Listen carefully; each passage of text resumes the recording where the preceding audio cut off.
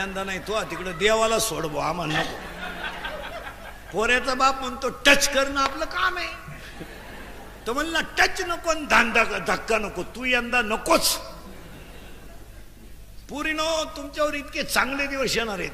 तुमच्या बापाच्या दारात आहे ना अशी रांग लागणार आहे, रांग अजून 2-3 वर्षात. द्या बाबा मला मुलगी, फक्त तोपर्यंत तुम्ही घरात राहायला पाहिजे.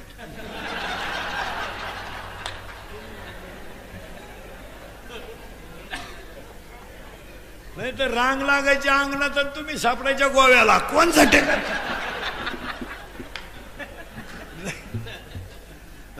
मग आता पुरीचा बाप हुशार झालाय, त्यानं इंद्रिकचं कीर्तन ऐकलंय. आता तो आता डायरेक्ट, आणि तुम्ही माना नाही तर नका मारू महाराज, पण आपल्या कीर्तनाचा 5-10% फरक पडतोच. नाही नाही नाही म्हणा, नाही तर हा म्हणा, झटका बसतोच. त्या पुरीच्या बापाने इंद्रिकेचं कीर्तन ऐकलं होतं. तो डायरेक्ट काय म्हणलं माहिती का, मी हा साहेब मोकळा. पोराचा बाप म्हणला अख्खा आपलं. फक्त मुलींना एक वाक्य सांगतो, मी रोज सांगतो कीर्तनात, परवा सांगितलं. पूर्ण फक्त माझं एक वाक्य ऐका. 15 वर्षापूर्वीची स्त्री आजची स्त्री नाही आहे, नाही आहे. 15 वर्षापूर्वीची स्त्री चूल मूल शेळी बकरू संसार एवढीच मर्यादित होती. आजची मुलगी राष्ट्रपती आहे, आजची मुलगी आमदार आहे, आजची मुलगी नगरसेवक आहे, आजची मुलगी महापौर आहे, आजची मुलगी तहसीलदार आहे. काय पोर महिला मंडळ सांगतो तुम्हाला, काय तुमच्यावर देवाची कृपा झाली असेल. जाऊ द्या, पण प्रत्येक क्षेत्रामध्ये महिलांना एक सुंदर सन्मान मिळाला की एक तालुक्याचा कारभार करणारी सुद्धा स्त्री आहे. तहसीलदार मुलगी आहे, 1.5 लाख पेमेंट आहे तिला.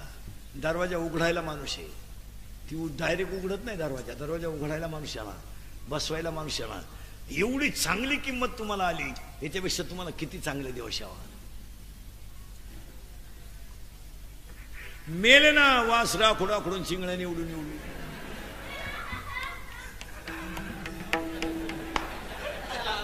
त्याला पटलं आपला बाप चिंगड्या निवडीत होते नाही. पण खरं सांगा पोरीनो, खरं सांगा, तुम्हाला योग्य न्याय नाही आहेच. योग्य न्याय तर तुमच्या ताकद आहे, तुमच्या ताकद आहे, तुम्ही SP आहात. तुमच्या टॅलेंटशी आहे, तुम्ही तहसीलदार आहात. तुमच्या शरीर निरोगी आहेत, तुम्ही SP आहात. तुम्हाला प्रत्येक क्षेत्रात मान नाही आहेच आणि असायलाच पाहिजे. आता फक्त पोरीनं माझं एक वाक्य ऐका आणि एका प्रश्नाचं समर्पक उत्तर द्या. फक्त तुम्ही आयुष्यामध्ये किती मोठ्या व्हा, किती मोठ्या व्हा आणि व्हायलाच पाहिजे. फक्त तुम्ही मला एक सांगा, या 2-3 वर्षामध्ये, या 2-3 वर्षामध्ये तुम्ही ह्या ईश्वरासारख्या बापाची मान कुणातरी संग पळून जाण्याने खाली केली. याच्यामध्ये तुमच्या बापाचा कमकुवतपणा सांगा. फक्त तुम्ही मला सांगा, फक्त काय त्याने आयुष्यामध्ये पाप केलं होतं का त्याला तुम्ही या 2-4 वर्षामध्ये गपकन समाजात खाली मान घालून जगायला लावलं. फक्त त्याचा दोष सांगा, सांगा त्याचा दोष, की तुम्ही त्याला समाजामध्ये एक वाक्य सांगा तुम्ही त्याचा दोष. तो तुम्हाला कशात कमी पडला होता? फी भरली नाही त्याने, दप्तर दिलं नाही तुम्हाला, तुमची काळजी केली नाही त्याने. अरे तुम्ही जन्माला आल्या तर तो एकटा 15 मिनिटं हसत होता, मला मुलगी झाली म्हणून. तो शेतातून आला आणि त्याला घासाचं वजं अंगणात टाकलं आणि लहानी पोरगी पायात तोरडे असताना पळत आली तर त्याने तिचा गाल ओढून मुका घेतला. कोपरीच्या खिशातलं चॉकलेट पुरीच्या तोंडात घातलं, तिचा गाल ओढून मुका घेतला तर त्याचा दिवसभर थकवा गेला. स्वतःच्या बायकोच्या गळ्यातले दागिने म्हणून त्याने तुम्हाला मोठं केलं. बनियन मळालं तर त्यानं पलटी करून घातलंय, बनियन तुटलं तर त्यानं गाठ मारली, हाताला घड्याळ नाही तर त्यानं घड्याळ घातलं नाही, पण तुम्हाला मोठं केलं. आणि तुम्ही या 2-3 वर्षामध्ये त्याला इज्जतच ठेवली नाही. तुम्हाला काहीच वाटलं नाही, काहीच वाटलं नाही. एखादी अडाणी पोरगी फसली तर चालेल, पण शिकलेल्या पोरीने सुद्धा ताल सोडला. ग्रॅज्युएट झाली चांगली आणि गावंड्या संघ पडून गेली. अरे काय न्याय आहे का? काय दिल दिया है ईट भी देंगे, काय ईट देंगे? पावसाळा सुरू झाल्यावर काय गाळ देंगे? सांगा मुलीनो, सांगा हे इंदुरीकडचं कीर्तन आहे, मुलगी मला आहे, सांगा हा विनोद आहे का? विनोद द्या, फक्त महिला मंडळ उत्तर द्या. तुमचा हा माणूस कशात कमी पडला होता? यानं बैलाला आरुळी दिली तर बैल मागं वळत होता, आणि त्याने टिकाव जमिनीवर टाकला तर खालून ढेकूळ निघत होतं. पण ढसढसा रडून पहाडासारखा बाप, पण लहान पोरासारखा उशीमध्ये रडला. या 2-3 वर्षामध्ये चांगल्या बापांच्या माना गपकन खाली झाल्या. याच्यामध्ये तुम्ही काय साधलं मला सांगा पोरीनं, सांगा फक्त एवढं. आणि मुलींच्या बाबतीमध्ये सगळे चाळे तिच्या आईला माहीत असतात, या खोडी फक्त आईकडे आहे.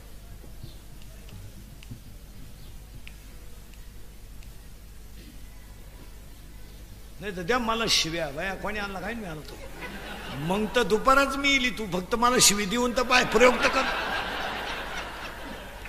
तू फक्त प्रयोग कर, मला शी दे, फक्त कीर्तनात देऊन पाय. नाही वाकडी तिकडी झाली, तू देऊन तर पाय. तू प्रयोग कराय काय हरकत आहे?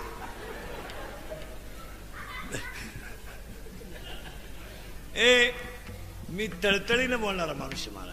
माझं कीर्तन महाराज म्हणून कधी ऐकत जाऊ नका. महाराज उलथू द्या मरू द्या तिकडं, कीर्तन संपल्यावर का मरण.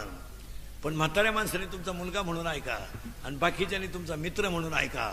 सांगा पोरीनं फक्त, तुम्हाला थोडं वाईट वाटेल बा, लय महिलांची तक्रार आहे का महाराज महिलांना लय बोलतो, फक्त हा हे वाक्य माझं चुकीचं आहे का सांगा. बापाची मान खाली होणं ना आपण सुखात जगणं हे तुमच्या 32 शोभतं का एवढं सांगा फक्त मला. त्याचं फक्त तुम्ही पाप सांगा. 10:30 वाजता पोरगी 10वीची शाळेतून सुटली, उशिरा घरी आली, तो बिचारा रोडवर तिची वाट पाहत होता. बनेल मळाला त्यानं पलटी करून घातलं. 100 माणसं मुलीला पाहायला आले, आणि जेवल्यावर माणसं म्हणले मुलगी पसंत नाही. तो एकटा हसला, हसला, आणि तो हसून काय म्हणलं माहिती का, नशीब माझ्या पोरीचं. त्यानं कुणाला दोष दिला? नशिबाला. तो म्हणला का माझी मुलगी वाईट आहे?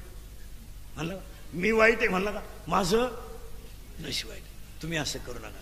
8 दिवसावर लग्न आलं, पैसे संपले, त्यानं काळ्या आईला गिऱ्हाईक पाहिलं. 20 गुंठे जमीन आयुष्यातली गेली.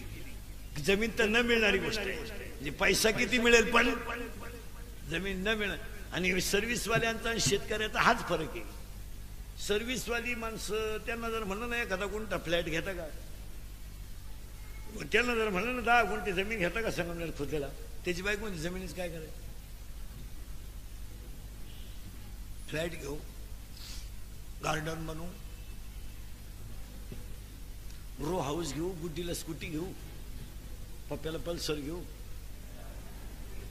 आणि ओके. शेतकऱ्याची बायको तशी नाही म्हणत. शेतकऱ्याची बायको म्हणते की 2 वर्ष कौलात राहू, काय फरक पडला नाही, देव भक्कम आहे, पुढं माग होईल, नाही ना भीती घालायचं राहिल्या कापड लावू, पण 10 गुंठे परत होणार नाही, होऊन जाऊ द्या. शेतकऱ्याची बायको अशी येडपट नाही. वा वा वा, शेतकऱ्याची बायको हुशार आहे. तिला जर सांगितलं ना 10 गुंठे जमीन शेजारच्याची विकायला आहे आणि संगमनेरला फ्लॅट आहे, त्याला काय ती कोणाला मान्य तरी? शेतकऱ्याची बायको ती म्हणाले बा फ्लॅटमध्ये काय आपल्याला राहायला जायचं नाही, ते संगमनेर कुठं काय कुठं त्याशी घेणार नाही. 10 गुंठे शेजारी, तुम्हाला पैसे नाही, येडेवाणी करू नका. माझ्याकडे काही आहे, माझ्या गाड्यातलं काही आहे, मागं पुढं होईल. 4 बकरं आहेत, 20 कोंबडे आहेत, जसं ॲडजस्ट करता येईल तसं करू. 4 दिवस वाटलं तर कालवणाला तेल नसल, यंदा दिवाळी साधी करू. पण सर्व्हिसवाल्याची बायको म्हणणार जमीन घेऊन काय? सर्व्हिसवाल्या लोकांची जी बुद्धी आहे ना महाराज, ही ऑफिसपुरती घरापुरतीच मर्यादित आहे. त्यामुळे हे समाजात यशस्वी लोक नाही. तुम्ही कोणता सर्व्हिसवाला समाजात मोठा टॉपला गेलाय मान्यता प्राप्त सांगा बरं? नाही नाही, ते माणसात नाही मिसळणार कधी. चिगाट, सासरवाडी, मेवणी, साडू, साडूची पळून जाईल पोर, टाकून देईल पोर, त्यांचा विश्वास तेवढा आहे. ते अशी गपकन सप्ताह कमिटीत भाग घेतील का गावात? सप्ताह असतो का? असतो. सप्त्याला काय चिअर असते का? ही लोक रिटायर झालो सुद्धा जीवनात सक्सेस का होती नाही माहिती का? यांच्या बुद्ध्या व्यापक नाहीत. यांच्या बुद्ध्या, त्यांच्या बायकांचंही तसंच.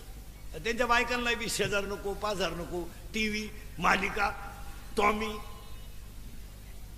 लागतो. बाकी टॉमी, गुड्डी, तेवढं गव्हाळ, तेवढं आणि तेवढेशीच गप्पा ना. शेतकऱ्याची बायको तशी नाही. शेण टाकाय उकड्यावर चालली तरी 4 बायांना बोलत चालली, ती काय चाललंय का? तिला माणुसकी नावाची गोष्ट कळेल. ही दरवाजा लावून जेवणार आहे, ही काय करतात दरिद्री यांची. मग हे यांचं रिटायरमेंट सुद्धा असत राहतं महाराज. व्यापक दृष्टी नाही, कधी गावात बसायचं नाही, कधी चार माणसाची नीट बोलायचं नाही, कोणाच्या प्रसंगाला नाही. आपण म्हणलं शेजारचा ऍक्सिडेंट झाला, यांनी म्हणलं झाला असं म्हणजे लगेच. खेड्यात तसं नाहीये. तुम्ही आता हे आपलं संगमनेर खुर्द आहे, उद्या अनुचित घटना कोणती घडू द्या, अख्खं गाव दुश्मनी सोडून एका मिनिटात हजर होते.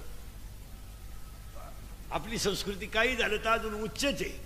वा, तो आपल्या गावात तो माणूस राहू नाही तर एखाद्यावर प्रसंग आला, एखाद्याचा तरणबाण मुलगा गेला, परिस्थिती एकदम नाजूक आहे. अहो, गावातली लोक इतकी चांगली आहेत काही काही गावांमध्ये, सरपण आणू देते नाही, पैसे खर्च देते नाही. अख्खं काम करायला गावातल्या लोकांची तयारी. माणुसकी अजून कुठे आहे फक्त.